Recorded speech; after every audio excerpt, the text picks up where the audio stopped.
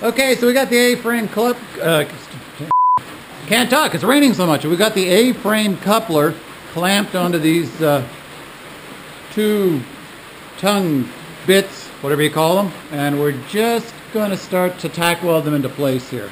So we wanted to make sure everything was flush here and on the other side. That's why we got the clamps in there.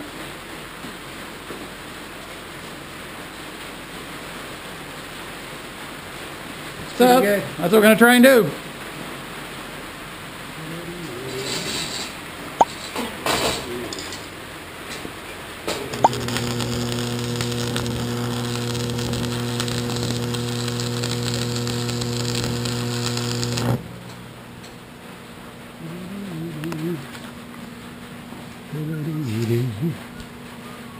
Okay, well we can take this clamp off this side. You want the clamp off? I think we can take this one off. And open one bead along there. So the specs on this A-frame coupler call for a bead all the way along the edge there. Nice gloves.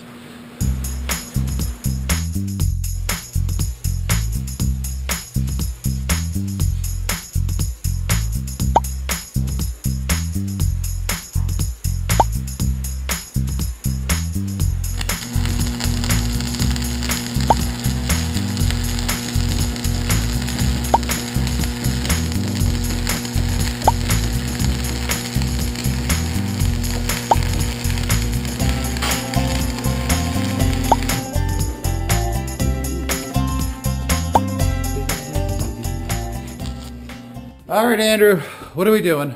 Well, we're trying to center the tongue assembly to the frame of the trailer. And how do we do that? Well, by measuring. So what are we looking at here? Well, we've got the center of the ball marked here. We have the center of the frame marked here. And we have the center of the frame marked at the far, far end. Okay, let me go to the center here.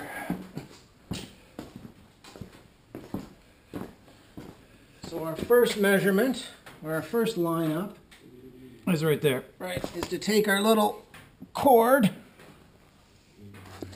And why do we have a rope tied on it? Well, this is our chalk line, so to speak. The end to end center line. So this now gives us a complete center line between here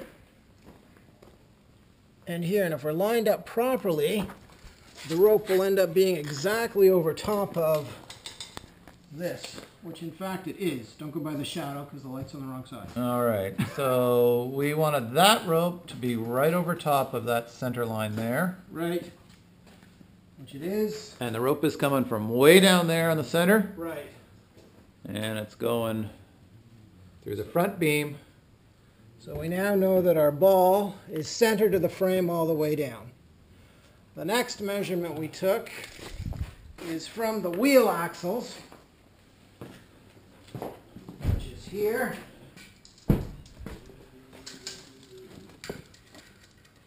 Whoop, let's hold that on there. There we go. All the way to here. Okay, come here, Chris, I got it. Okay. And why are we doing this? So now we're seeing to make sure that we're angled right, so that's 182 and a half. And if we go to the other one, here,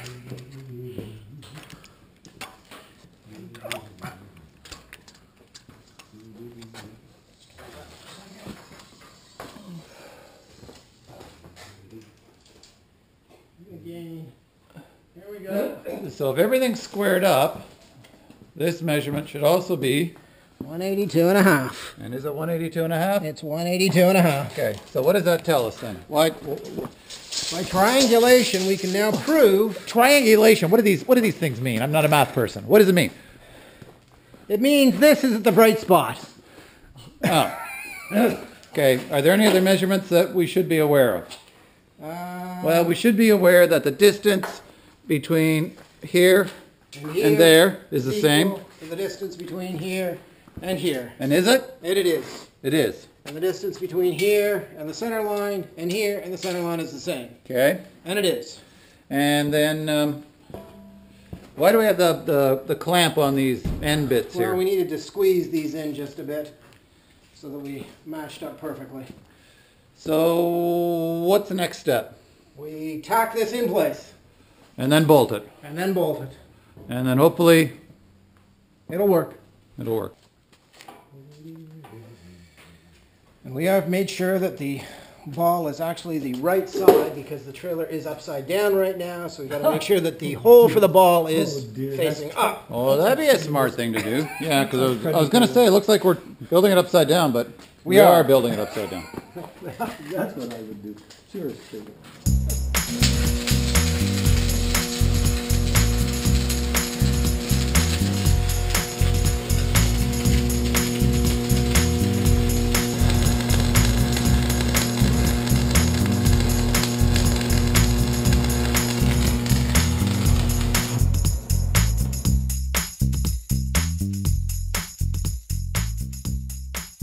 All right, here we are. What is it? I don't know, day 5 or day 6, and we're getting pretty close to putting the axles on and getting the wheels on and dragging this thing out of here.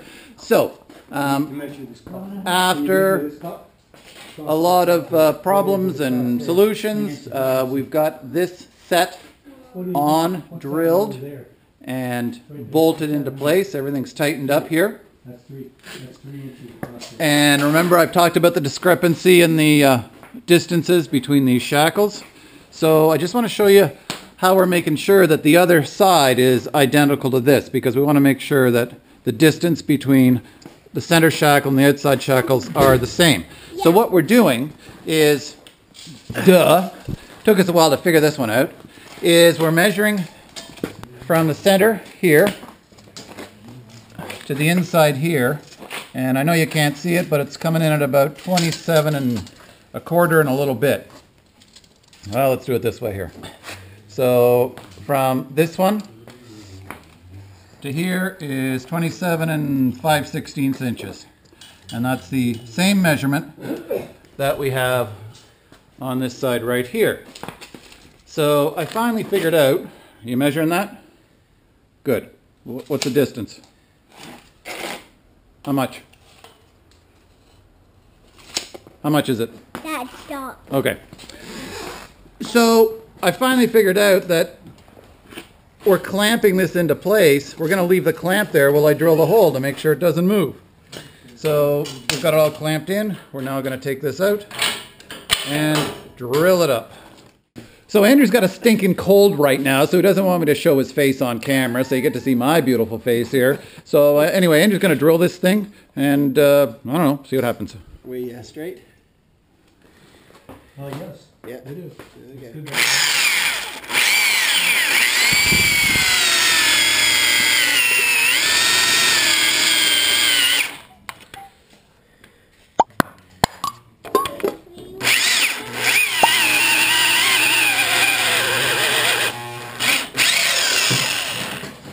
You tell you got a sharp bit, eh?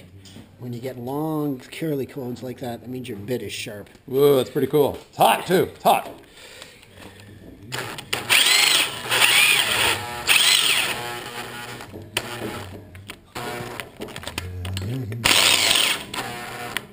One more out, please. And you know you're coming close to the end because the bit starts to grab there. So we're almost through the first side. And now we're going to put lots of oil underneath because we got to drill right through to the bottom there.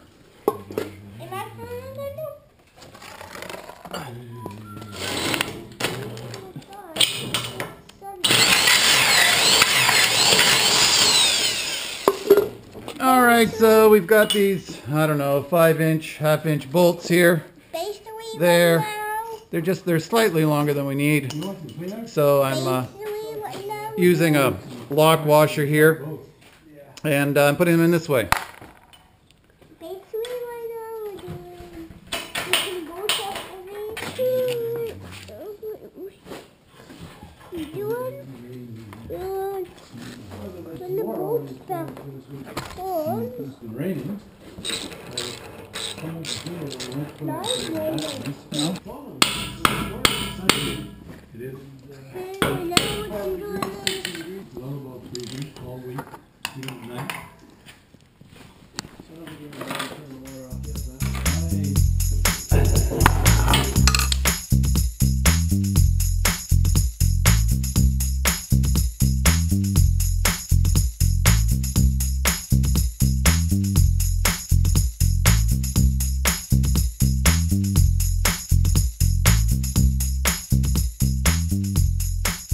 All right, so these shackles are now bolted through.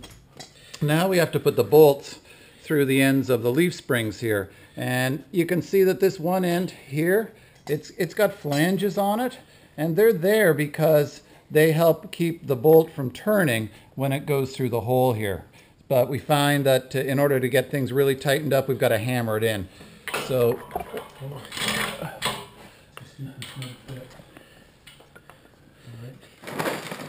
These bolts are strange too, right? oh yeah, we found that the bolts here, they've got a bit of a flange or I don't know, I don't know what you call those things. What do you call those? It's an indent. An indent or something. And they seem to be better when they're on the outside of the bolt. We interrupt our program to bring you this important message. This is the story of the humble but amazing lock nut, also known as a locking nut, prevailing torque nut, stiff nut, or elastic stop nut. This is a nut that resists loosening under vibrations and torque. Elastic stop nuts and prevailing torque nuts are the particular type where some portion of the nut is deformed to provide a locking action. The first practical application of the lock nut was used in 1931 to prevent vibrations from loosening a bolted joint. Gee, aren't lock nuts just wonderful?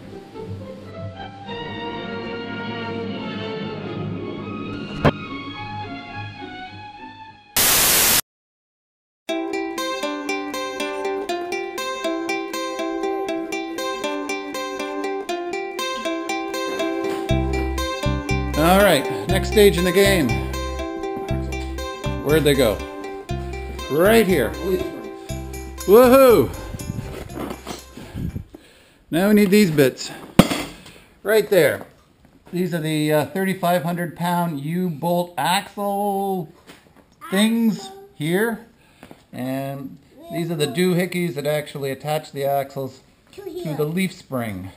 So I got two of these. Each one will do one axle. I've got two axles. So I need two of them. One for this one. Try the word assembly. Assembly. Yes, assembly. It's an assembly.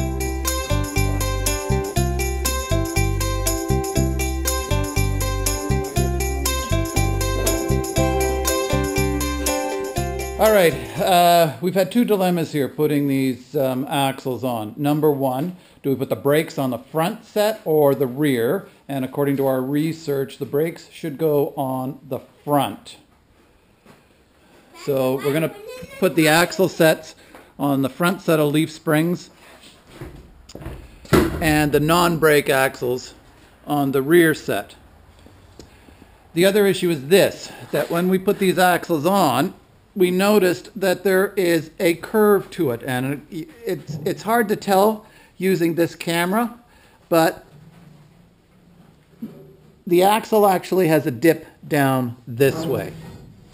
And if we were to flip it over here, oh, here we go. There we go, perfect. So you can actually see that there's a dip down in the axle. So our next decision was, which way does the dip go? Does it dip down or dip up? Dip down.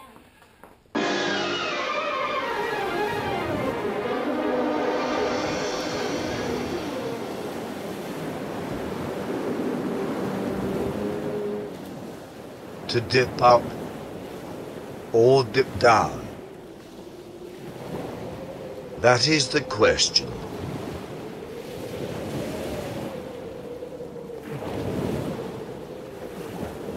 Whether it is nobler in the wrench to suffer the springs and axles of outrageous fortune, or to take a hammer against a sea of metal, and by opposing bolt them.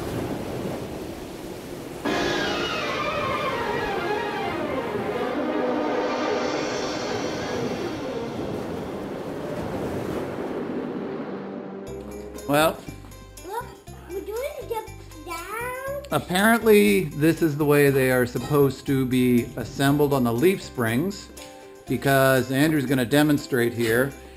When the tire goes on, it's going to put pressure down that way, which will then make the center axle go up. So we want the bend to go down to sort of counteract that, if that makes sense at all. So that's what we're doing. The brake axles will go on the front. The dummy will go on the back. Or me, I'd be the dummy. And it's going to dip down. So that's what we're going to do. We're going to bolt everything together and get the tires on.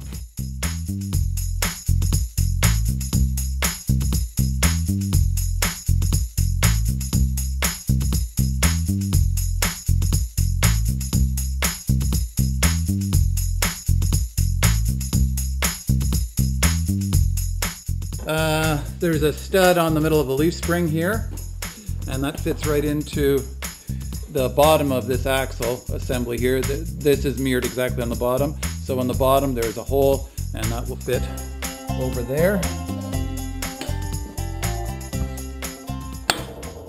Like that.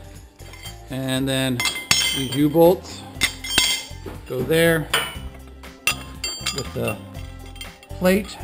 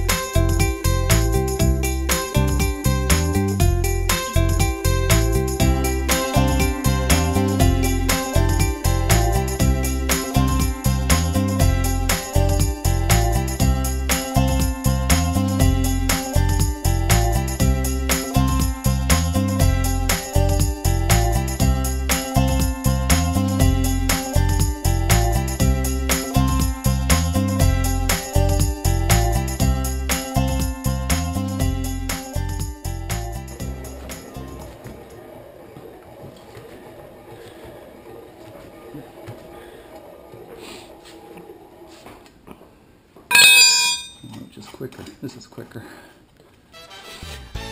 So when you're tightening up these lug nuts, is there any particular order you're supposed to tighten these No, lug you nuts put the up? first one on as tight as you can. And then you put the second one on right beside it as tight as you can. If you don't know how to change a frickin' tire, you shouldn't be watching this video in the first place.